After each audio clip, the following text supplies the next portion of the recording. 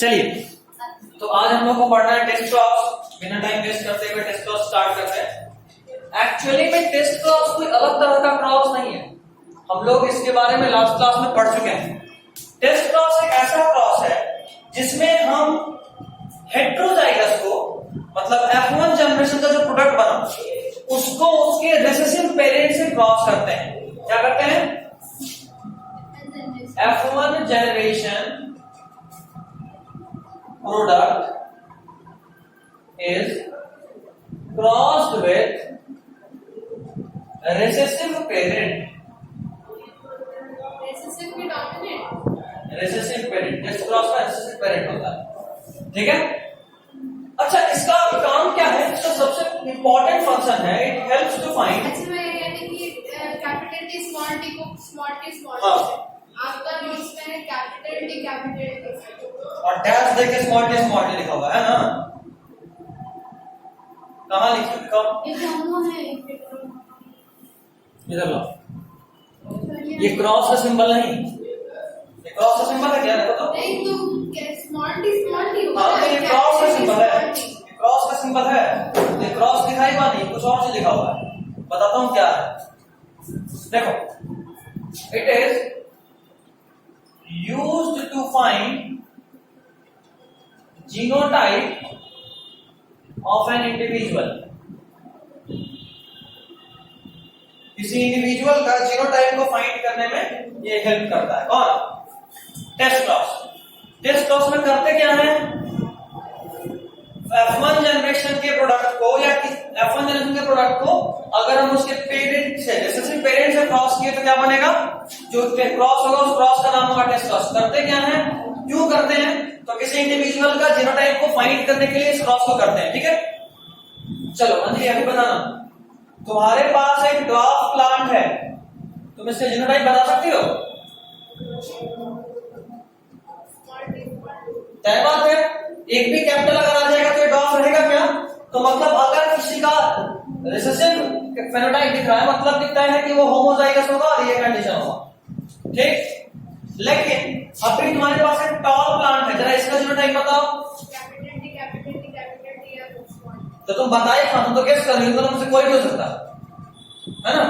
मतलब कि कोई ऑर्गेनिज्म टॉल इस कंडीशन की वजह से भी हो सकता है और इस कंडीशन की वजह से भी हो सकता है, ठीक है। अब देखो, अब हम लोग चेक करेंगे कि कंडीशन एक्चुअली में कौन सा है। एक बार इसको क्रॉस कराओ, capital T into small T. देखो, दोनों केस में हम क्रॉस करा रहे हैं किससे? स्मॉल टी ठीक है। चलो क्रॉस कराएंगे तो क्या बनेगा? देखो, ऐसे तो आपको सबको पता है कि सब कैपिटल टी स्मॉल टी आएगा। ये F1 जनरेशन वाला क्रॉस है, डबल डोमिनेंट को डबल रिसेसिव पे क्रॉस किया।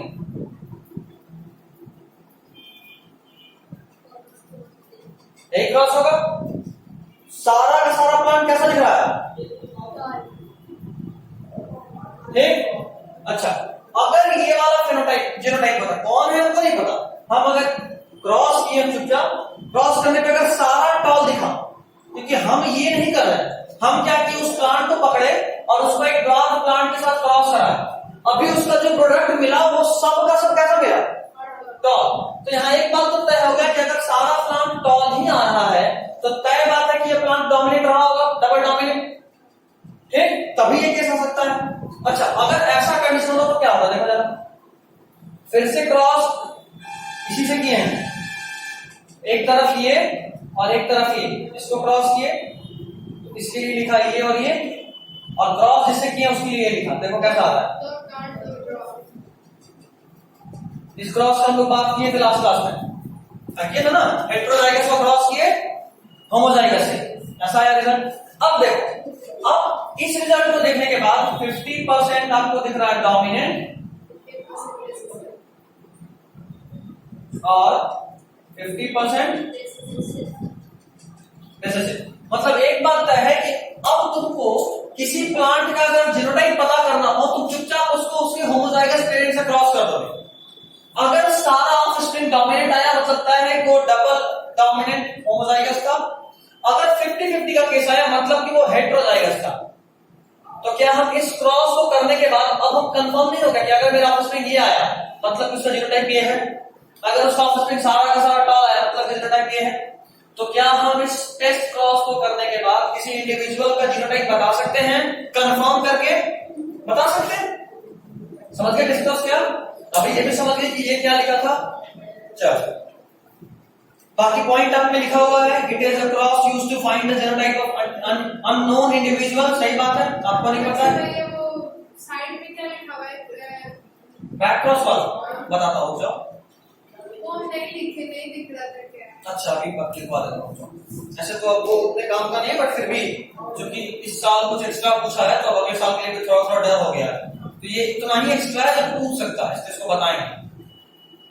अगला point, here the unknown plant is crossed with its recessive parent, करके दिखा दिया आपको। Next point, now if all the offspring of F1 generation have the same phenotype of that unknown plant then it is homozygous. देख लो, अगर सारे individual का phenotype same हो मतलब कि वो होमोजाइगस है, और अगर नहीं हो तो वो हेटेरोजाइगस है। उसी बात से क्लियर हो गया। Next is back cross. Back cross क्या है? सुनो, बैक क्रॉस नाम ही बता रहा है, बैक मतलब उल्टा होना यूं चाहिए कि दो पेरेंट को क्रॉस किया और बना बच्चा। यहां क्या कर रहे हैं कि एक ऑफस्प्रिंग को, एक बच्चे को क्रॉस कर रहे हैं उसके पेरेंट्स से, एक बच्चे को क्रॉस कर रहे हैं उसके पेरेंट्स से। अच्छा एक सवाल और होता है सर, जो बोर्ड पूछता है वो कि क्या ये मेंडेलियन क्रॉसेस हम लोग ह्यूमन में कर सकते हैं? तो नहीं कर सकते। क्या पॉसिबल है कि हम किसी बच्चे को उसके रेसिस्टिव पेरेंट से क्रॉस करा दें? इम्पॉसिबल। अच्छा क्या ये पॉसिबल है कि हम रेस्ट्रिक्ट कर दें कि तुम्हारा मेटिंग इसी के साथ करेंगे? ये भी नहीं कर सकते। अच्छा क्या यहाँ पे उतना ऑफस्प्रिंग अवेलेबल है? से नहीं तो एक्सटर्नली तो कर सकते हैं ना। एक्सटर्नली भी करेंगे तो इथिकल वैल्यू तो आएगा।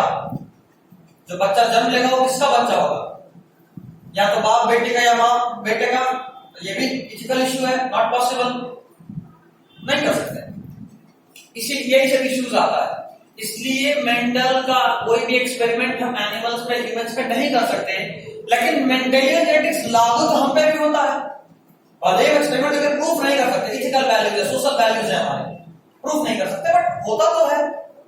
तो एक अलग टेक्निक डेवलप की है जिससे हम मेंडेलियन जेनेटिक्स को ह्यूमन जेनेटिक्स में मिला सकें।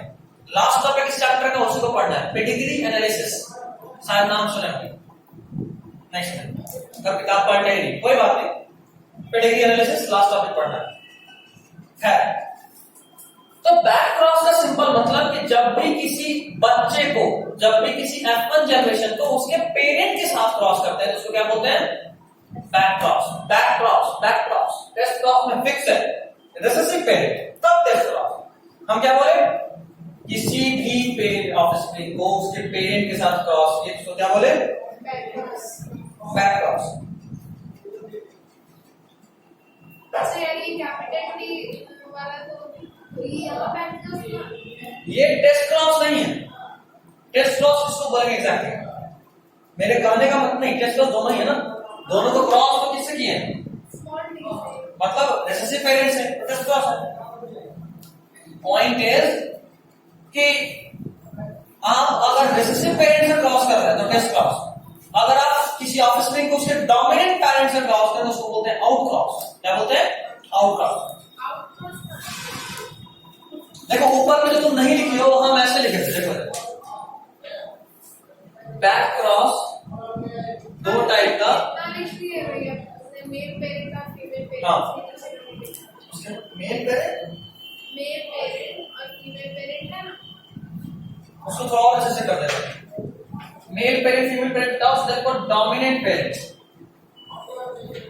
नेक्स्ट जो तुम उसके नीचे का बोल रहे हो वहां यही लिखा हुआ है। अगर डोमिनेंट पेरेंट के साथ ऑफस्प्रिंग को क्रॉस किए तो उसको बोलते हैं, क्या बोलते हैं? Out cross. और अगर रेसेसिव पेरेंट के साथ क्रॉस किए तो उसको बोलते हैं टेस्ट क्रॉस। ठीक है, अभी समझ गए? अगर किसी ऑफस्प्रिंग को उसके डोमिनेंट पेरेंट के साथ क्रॉस किए तो उसको बोलते हैं आउट क्रॉस। अगर किसी ऑफस्प्रिंग को उसके रेसेसिव पेरेंट के साथ क्रॉस करते हैं तो उसको बोलते हैं टेस्ट क्रॉस। ठीक है, चलिए बैक क्रॉस में यही लिखा हुआ है, if the unknown plant of F2 or F1 generation is crossed with its dominant parent then it is called outcross. And back cross is sum total of out cross and S cross. ठीक है, चलिए अब यहाँ out cross का भी definition है कि क्योंकि आपको इसके बाद देखेगा when F1 and F2 cross with its dominant parent then it is called out cross. बस बस बहुत लंबा चौड़ा था देखिए इसको कटा हुआ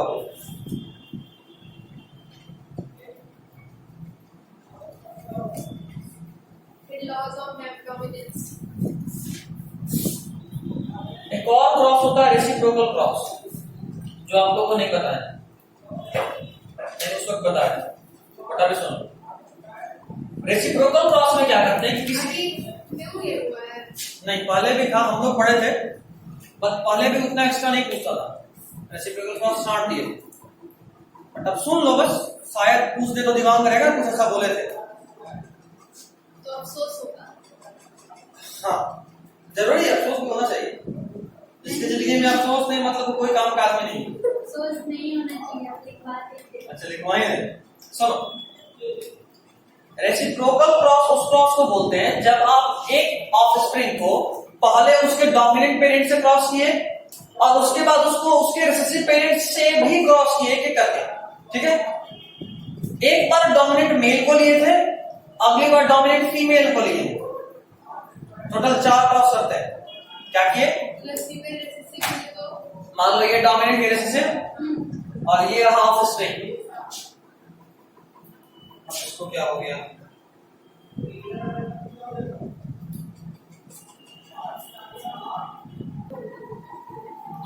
चलो, तो हम लोग बैक क्रॉस में डोमिनेंट और रिसेसिव देख लिए। ठीक है, रेसिप्रोकल क्रॉस आपको बता दिए। ठीक है, अगला डाली heading laws of dominance. Reciprocal में बताया नहीं थे, बताना था। अच्छा, समझाए नहीं थे। हाँ, देखो, ये मान लो डोमिनेंट में ब्लैक, लो रिसेसिव फीमेल। ठीक है, और ये है ऑफस्प्रिंग। ऑफस्प्रिंग को एक बार डोमिनेंट मेल से क्रॉस किया, एक बार रिसेसिव फीमेल से क्रॉस किया। ठीक, आप बोले डोमिनेंट मेल रुको, dominant mail recessive female cross किए, एक क्रॉस मतलब 2 रिजल्ट आ गया। उसके बाद इसको बदल दिए। अब आप क्या किए कि डोमिनेंट कैरेक्टर फीमेल में डाले और रिसेसिव कैरेक्टर मेल में डाले और उसके बाद फिर से इन दोनों को क्रॉस किए।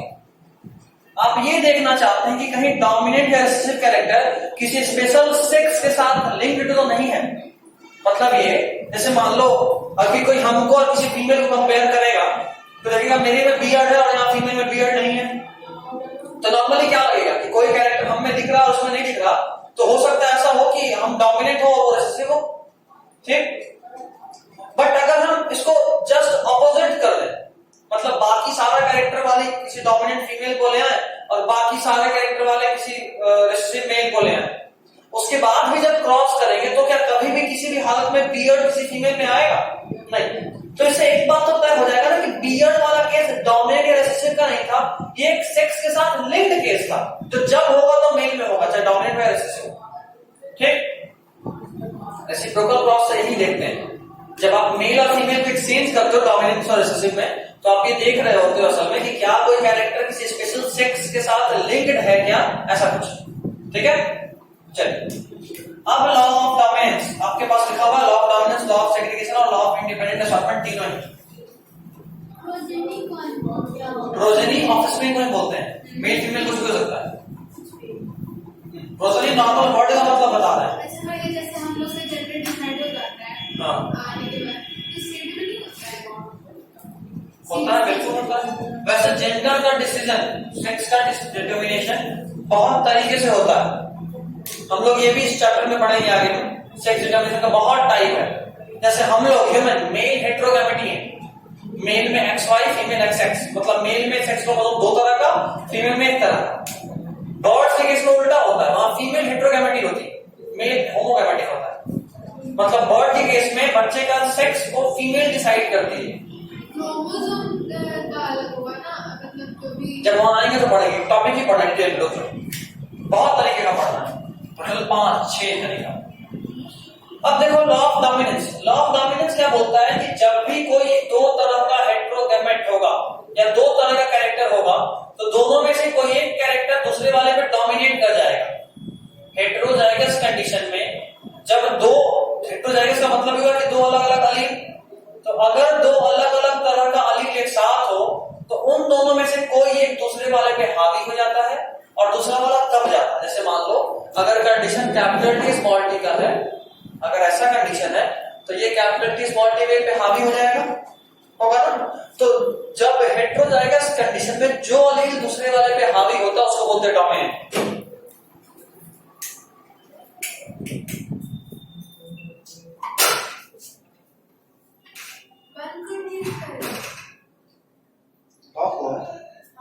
अच्छा कोई नहीं ना, बंद हो जाए।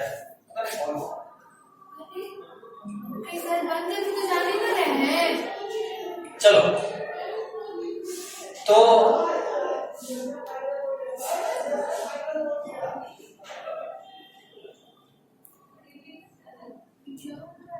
ठीक, तो जब भी हेटेरोगैमेटिक कंडीशन होगा तो कोई एक दूसरे वाले पे डोमिनेट कर जाएगा, कोई एक दूसरे वाले पे डोमिनेट कर जाएगा। और जब ये डोमिनेंस होगा तो जो डोमिनेट कर गया उसको बोलेंगे डोमिनेंट, और जो रेसिप्रोकेट नहीं है, जो बोलोगे जो दब जाएगा, जो छुप जाएगा, जो हिडन कैरेक्टर होगा उसको बोलेंगे रेसेसिव। अभी बात को समझना, लॉ ऑफ डोमिनेंस ये बोलता है कि जब भी दो अलग अलग तरह का अलील होगा तो कोई एक दूसरे वाले पे डोमिनेट कर जाएगा, जो डोमिनेट करेगा उसको डोमिनेंट अलील बोलेंगे। जब भी दो अलग अलग तरह का अलील होगा कोई एक दूसरे वाले पे डोमिनेट कर जाएगा, जो डोमिनेट करेगा उसको डोमिनेंट अलील बोलेंगे। ठीक, अच्छा यहां पे एक बात और आया था जो हम लॉ ऑफ डोमिनेंस में समझाए थे कि मेंडल को लगा जब वो कैपिटल टी को स्मॉल टी से क्रॉस कराए तो सारा का सारा ऐसा आया, तो मेंडल को लगा कि कहीं ऐसा तो नहीं हुआ कि स्मॉल वाला कैरेक्टर ही खत्म हो गया क्योंकि सारा प्लांट टॉल बना, है ना। लेकिन जब इसको वापस से सेल्फिंग कराए तो सेल्फिंग कराने के बाद उनको 3 टॉल और 1 ड्वार्फ मिला, ऐसा हुआ ना। उससे एक बात साबित हो गया कि इस वाले कंडीशन में, क्योंकि देखो उनको पता नहीं था कि कैपिटल टी स्मॉल टी कुछ होता है, वो सिर्फ रिजल्ट देख रहे थे, उनको तो सिर्फ प्लांट दिख रहा था, एक लंबा एक छोटा, एक लंबा एक छोटा, वो सिर्फ प्लांट दिख रहा था। इस कंडीशन में आने के बाद जब ये वाला कंडीशन मिल गया तो मेंडल के दिमाग में आया ये चीज कि ये जो आपको दिख रहा है, ये जो आपको दिख रहा है, असल में इस केस में आपको भले ही सारा प्लांट टॉल दिखा, लेकिन ऐसा नहीं है कि ड्वार्फनेस का कैरेक्टर वहां खत्म हो गया है। ऐसा नहीं है कि वहां पर ड्वार्फनेस का कैरेक्टर खत्म हो गया है, ड्वार्फनेस का भी कैरेक्टर वहां है, ड्वार्फनेस का भी कैरेक्टर वहां है, लेकिन छुपा हुआ है और अलग है, छुपा हुआ है और अलग है। यहां पर उन्होंने एक पॉइंट यूज करा था, there is no blending of characters. ऐसा नहीं है कि ये एक टॉल वाला अलील है और ये एक ड्वार्फ वाला अलील है, दोनों मिलके कुछ नया बनता है, नहीं, दोनों होता है और अलग अलग होता है। और अगले जनरेशन में जाने से पहले अब इन दोनों का मर्जी कौन कहां जाए, अलग अलग फिर से अलग होकर जाएगा। ठीक, तो लॉ ऑफ डोमिनेंस में एक बात ये भी आया था कि यहाँ पे जो अलील्स है उनका ब्लेंडिंग नहीं होता, there is no blending of allele, उनका मिक्सिंग नहीं होता है, वो होते हैं अलग अलग होते हैं और मौका मिलने पे एकदम अलग भी हो सकते हैं। ठीक है, चलिए नेक्स्ट इज, अच्छा ये यूनिवर्सल लॉ नहीं है, मतलब ये एक ऐसा लॉ है जो हर जगह एप्लीकेबल नहीं है, इसका एक्सेप्शन है, लॉ ऑफ डोमिनेंस एक्सेप्शन है, वो पढ़ेंगे। Next is law of segregation. Law of segregation एकमात्र मेंडल का ऐसा लॉ है जो यूनिवर्सली एप्लीकेबल है, मतलब हर जगह एप्लीकेबल, उसका कोई भी एक्सेप्शन नहीं है। लॉ ऑफ सेग्रीगेशन क्या बोलता है,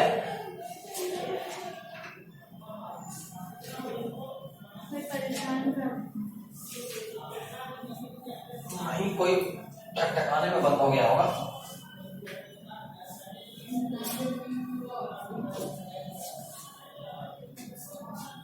ये देखो लॉ ऑफ सेग्रीगेशन ये बोलता है कि देखो जब इन दोनों को आप क्रॉस किए थे तो क्या हुआ, पहले ये दोनों अलग हुआ, ये दोनों अलग हुआ, अब ये चांस फैक्टर है कि कौन किसके साथ जाके मिलेगा, चांस फैक्टर, ठीक है, मे बी ये वाला इसके साथ जाके मिले।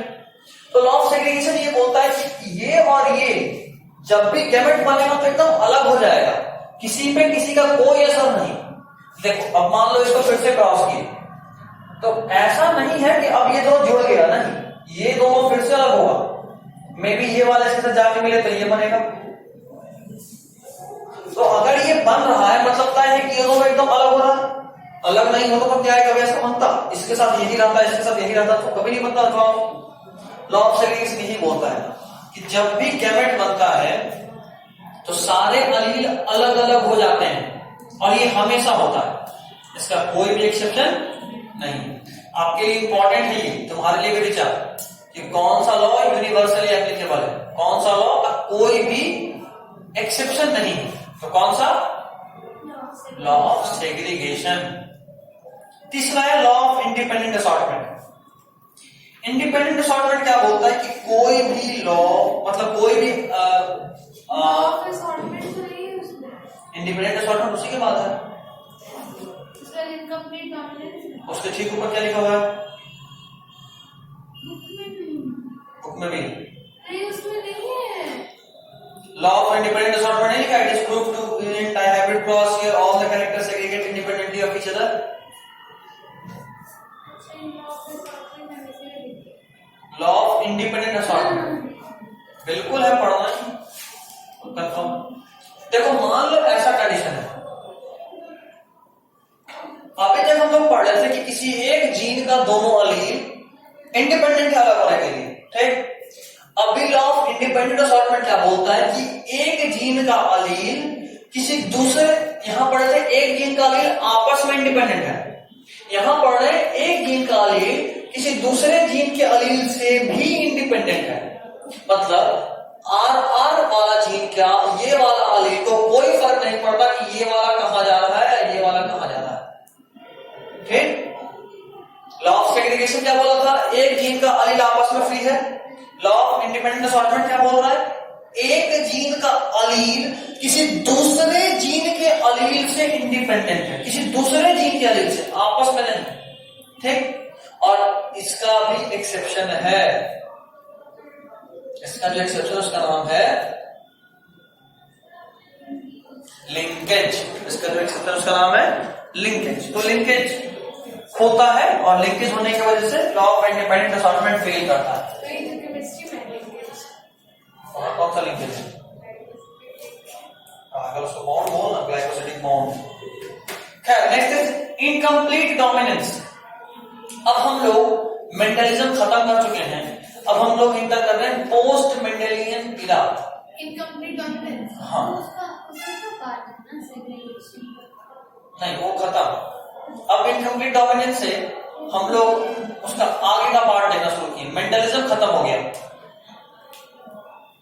देखो हम चैप्टर स्टार्ट किए थे तो एक बात बहुत बार बोले थे कि मेंडलिज्म का एक स्पेशल लॉ है कि यहाँ या तो आर या पार, या तो प्लांट टॉल होगा या ड्वार्फ होगा, बीच का कुछ नहीं हो सकता। ये था मेंडलिज्म। अब हम लोग जिस पार्ट में एंटर कर रहे हैं, यहाँ बीच का भी पॉसिबल है, या ऐसा भी पॉसिबल है कि ड्वार्फ टाइप मतलब रिसेसिव टाइप कुछ हो ही नहीं, दोनों कैरेक्टर एक दूसरे पे बराबर का डोमिनेंट है। अच्छा, इसके पहले हम लोग ये भी पढ़े थे मेंडलिज्म में कि एक जीन का दो अलील होता है, एक जीन का दो टाइप, हाइट के जीन का दो type, capital T small T. But अब एक जीन के लिए दो से अधिक अलील भी रिस्पॉन्सिबल हो सकता है, ठीक है। तो अब हम लोग कहां इंटर किए?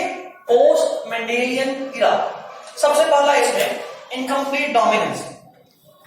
इनकम्प्लीट डोमिनेंस सिंपली यही बोलता है कि कोई एक ऑर्गन जीन, या सिंपल बोल तो कोई एक जीन का एक अलील किसी दूसरे जीन के अलील पे पूरे तरीके से डोमिनेट नहीं है। कोई एक जीन का अलील लिख के दिखा दो, देखो। अच्छा तो मैं इसमें क्या लिखा है? एंथ्रियम एंड स्नैपड्रैगन, तो इतना एंथ्रियम एंड स्नैपड्रैगन 4 o'clock भी होगा, क्या क्या है? हाँ, एंथ्रियम और स्नैपड्रैगन 4 o'clock प्लांट को काट के लिखे मिराबिलिस जल्पा गुलबंसी 4 o'clock प्लांट, उसी का नाम है, एंथ्रियम का ही नाम है। अच्छा बता देते। इनकम्प्लीट डोमिनेंट क्या बोला? इनकम्प्लीट डोमिनेंट बोल रहा है कि एक जीन का अलील 1 एंड अलील 2, ये कोई भी एक इस पे कंप्लीटली डोमिनेंट नहीं है, कंप्लीटली डोमिनेंट नहीं। मतलब ये कि अभी तक हम लोग पढ़ रहे थे कैपिटल टी स्मॉल टी, उसमें ये वाला कैपिटल टी इतना डोमिनेंट था कंप्लीट कि स्मॉल टी क्या सबको एकदम छुपा दिया।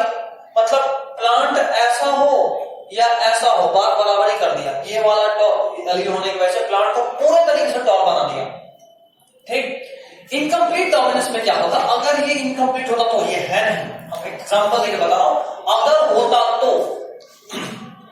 अगर होता तो इनकम्प्लीट डोमिनेंस, तो ये कैपिटल टी चाहता कि हम टी को पूरी तरीके से टॉल बना दे प्लांट को, ये कैपिटल टी चाहता कि स्मॉल टी के असर को छुपाते हुए पूरे तरीके से प्लांट को टॉल बना दें, लेकिन क्योंकि ये पूरे तरीके से इस पे हावी नहीं हो पा रहा है, इसका भी कुछ असर दिख रहा है, इसलिए प्लांट टॉल नहीं बना, मीडियम हाइट का बन गया। मतलब इसका तो चलने नहीं दिया तय बात है, कैरेक्टर है वो भी अपना नहीं, वो भी नहीं दिखाया यहाँ, वो बात नहीं। यहाँ कहने का मतलब ये कि ये जो कैपिटल टी था वो स्मॉल टी वाले का पूरा भी नहीं चलने दिया, मतलब उसको तो चलने दिया, प्लांट को ड्रॉप बनाने नहीं दिया, और ना ही खुद पूरे तरीके से हावी हो पाया, मतलब प्लांट को ड्रॉप नहीं होने दिया, लेकिन पूरे तरीके से टॉल भी नहीं कर पाया, मीडियम हाइट का दिया। एग्जाम्पल सुनो, जैसे उसमें था कि एग्जाम्पल सुनो, पहले एग्जाम्पल सुनो। 4 o'clock प्लांट, जिसको आप हिंदी में 4 बजिया फूल बोलते हो, इसका 2 टाइप होता है। डोमिनेंट कंडीशन में इसका फ्लावर रेड होता है और रिसेसिव कंडीशन में इसका फ्लावर व्हाइट होता है। डोमिनेंट में कैसा, देखो लिखा हुआ है, बोलो, रेड, और रिसेसिव में व्हाइट।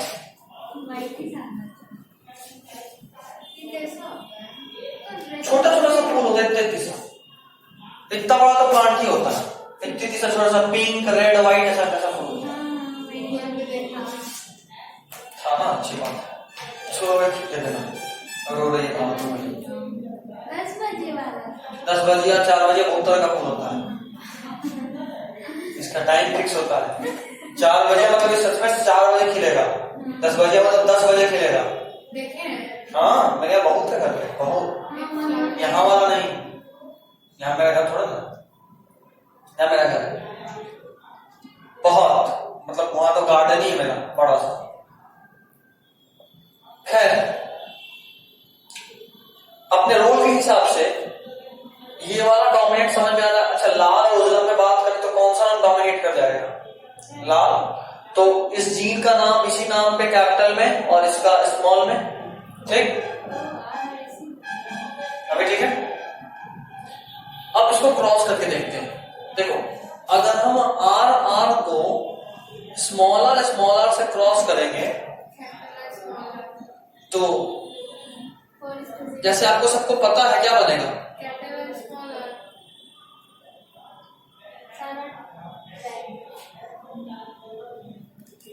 ठीक। अब इसका कलर क्या है,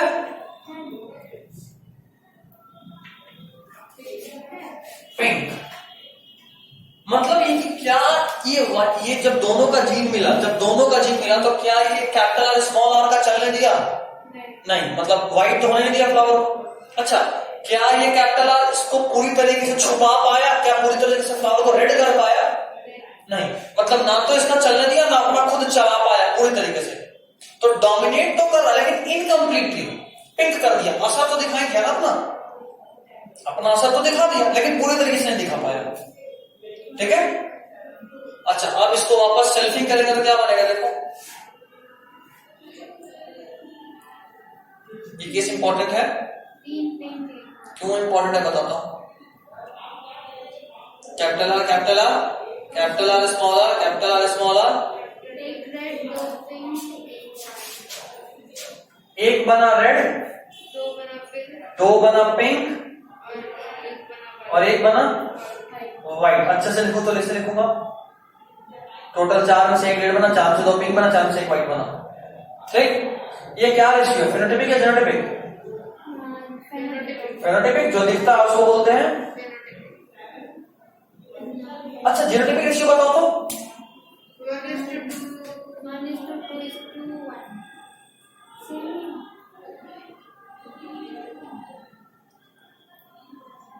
मतलब इनकम्प्लीट डोमिनेंस एक ऐसा क्रॉस है जहां फेनोटाइपिक और जीनोटाइपिक रेशियो दोनों सेम आता है। ये अलग बात है जो कि पहले नहीं मिला था, ठीक है। ये एक ऐसा क्रॉस है जहां फेनोटाइपिक और जीनोटाइपिक दोनों ही सेम आता है। एग्जांपल याद रखोगे, 4 o'clock प्लांट, इसी का एक और नाम है एंथेरिनम, सब दिया हुआ होगा साइड में, देखो एंथेरिनम दिया हुआ होगा, 4 o'clock 5 का एक और नाम है गुलबंसी, ठीक है, इसी का नाम मिराबिलिस जलपा, साइंटिफिक नेम है मिराबिलिस जलपा। साइंटिफिक नेम क्या है? मिराबिलिस जलपा, और ये ज्यादा पूछता है। Mirabilis Jalpa, Snapdragon, एंथेरिनम, 4 o'clock plant, गुलबंसी, सब पूछेगा। कोई बात, क्या क्या दिया हुआ है? क्या क्या दिया हुआ है? एंटेरिनम, एंटेरिनम और स्नैपड्रैगन दो। अच्छा ये गुलमोहर में तो 2 कलर होता है। दूसरा चीज, हाँ डॉग फ्लावर इसका नाम है।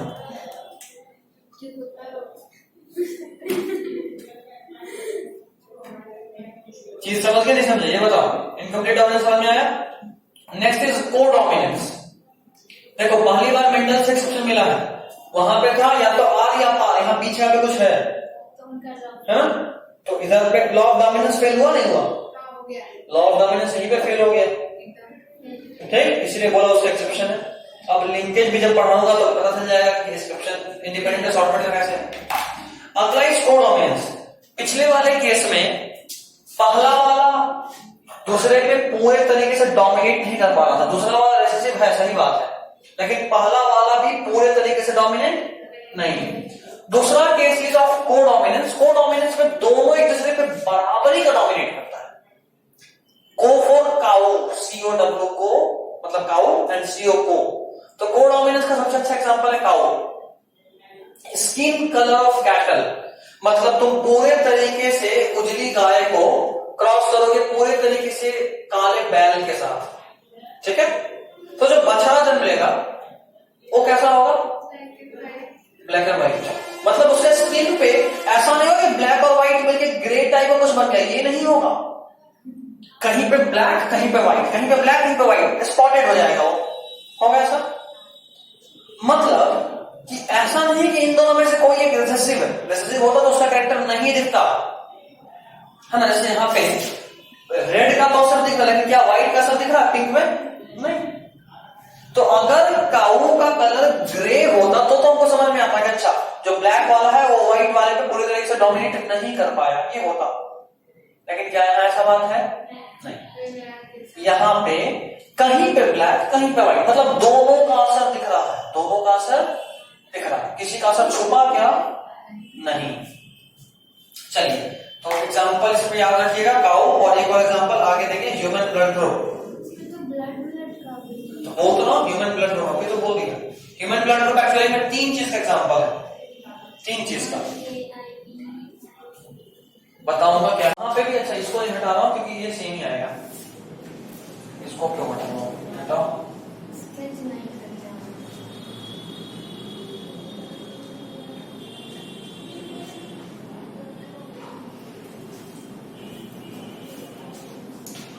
को डोमिनेंस मान लो हम लोग किसी ब्लैक काऊ को व्हाइट काऊ के साथ क्रॉस करना है। देखो ब्लैक काऊ को क्रॉस किए व्हाइट काऊ के साथ, तो पहले केस में जो बना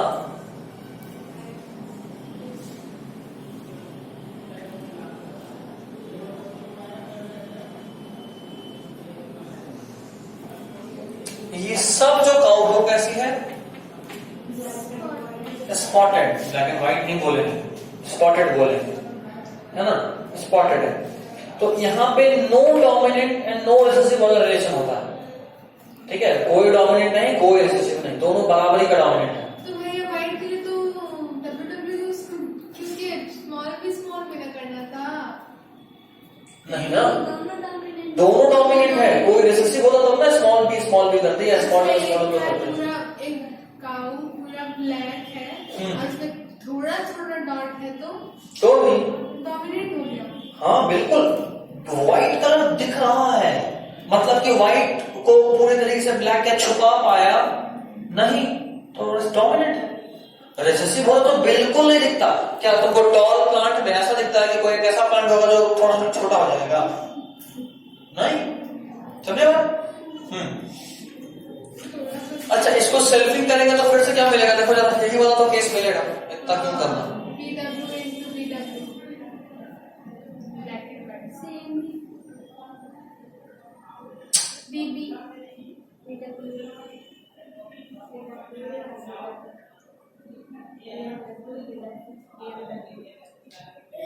हो जाएगा।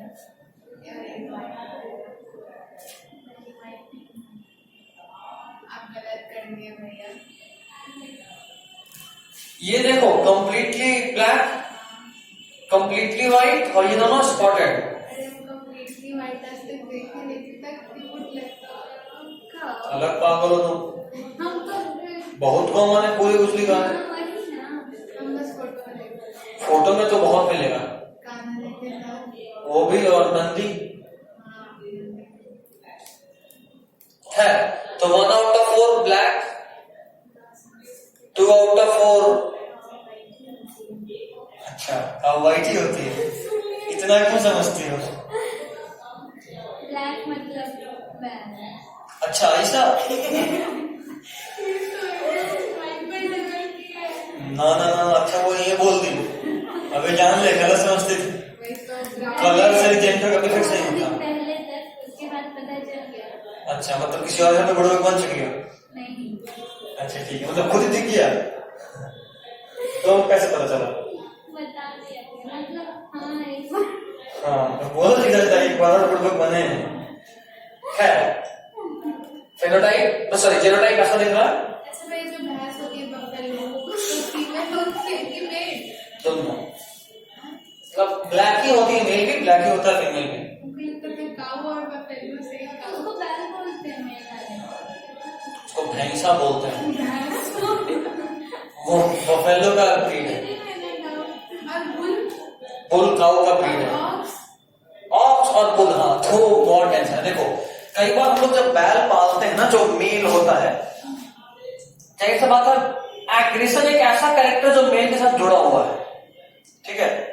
तो जो बैल होता है वो हाइपर एग्रेसिव होता है, तो जाहिर सी बात है हाँ। अब किसान कोशिश कर रहा है कि भाई हल जोतना है, किसान बैल को मारा, इतना बड़ा बैल 1 लाख दे दिया, तो बेचारा किसान सोच रहे जिसको पाल रहे, खिला रहे, खेतों ही जोत रहा है, ऊपर से बोल रहे भाई जोत दे, तो मार भी रहा है। तो वो क्या करता है, डॉक्टर के पास उसको लेकर जाता है, उसका टेस्टिस ही निकलवा देता है। अब टेस्टिस नहीं रहेगा तो क्या टेस्टोस्टेरोन रहेगा? नहीं, टेस्टोस्टेरोन नहीं रहेगा तो क्या एग्रेशन रहेगा? वो इनफर्टाइल होता है। हाँ तो फिर उसको बोलते हैं, वो सिर्फ खेती के लिए होता है। वो इनफर्टाइल होता नहीं, हम लोग करवा देते हैं, क्योंकि अगर वो इनफर्टाइल नहीं होगा, इनफर्टाइल नहीं होने का मतलब कि अगर वो एग्रेसिव नहीं होगा, सॉरी डोसाइल नहीं होगा, तो जब मन क्या एक करवा देते रहेगा मालिक को, तो इसलिए मालिक लोग ऐसा करते हैं। जो भी ऑक्स होता है वो करवाया जाता है ऑक्स को। हाँ बिल्कुल। क्या देते हो ये? थोड़ा गाँव में रहा करो, बुल पढ़ना भी था वैसे, ये हम रिप्रोडक्शन नहीं पढ़ाते हैं हर साल, बट अब तुम लोग को उठने का जरूरत नहीं, इसलिए छाट दिया इस साल। इसी साल पढ़ाई पढ़ छाटा था, ह्यूमन रिप्रोडक्शन में इसी पढ़ाते हैं, उसको बुलॉक्स बोलते हैं, बुलॉक्स।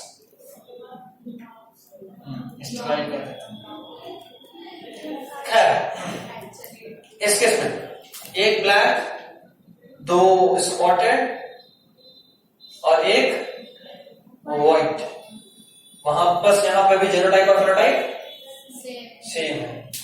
खैर अगला है ह्यूमन ब्लड ग्रुप, बट इसको अगले क्लास में देखेंगे, आज बस लिख दे रहा हूं ह्यूमन ब्लड ग्रुप, ठीक है। ये ह्यूमन ब्लड ग्रुप 3 चीज का एग्जांपल है, मल्टीपल अलील, कोडोमिनेंस और डोमिनेंस, तीनों यहां दिखता है एक ही एग्जांपल में। तो इसको अच्छे से पढ़ेंगे और जानेंगे, ठीक है। अगले क्लास के बाद फिर अच्छा वाला देंगे, इसमें लोग एंट्री करेंगे। वैसे मजा आना शुरू हो गया होगा जब से डोमिनेंट वाले में घुसे, मतलब डायनामिक क्रॉस में घुसे तब से। चलिए, this is all for today.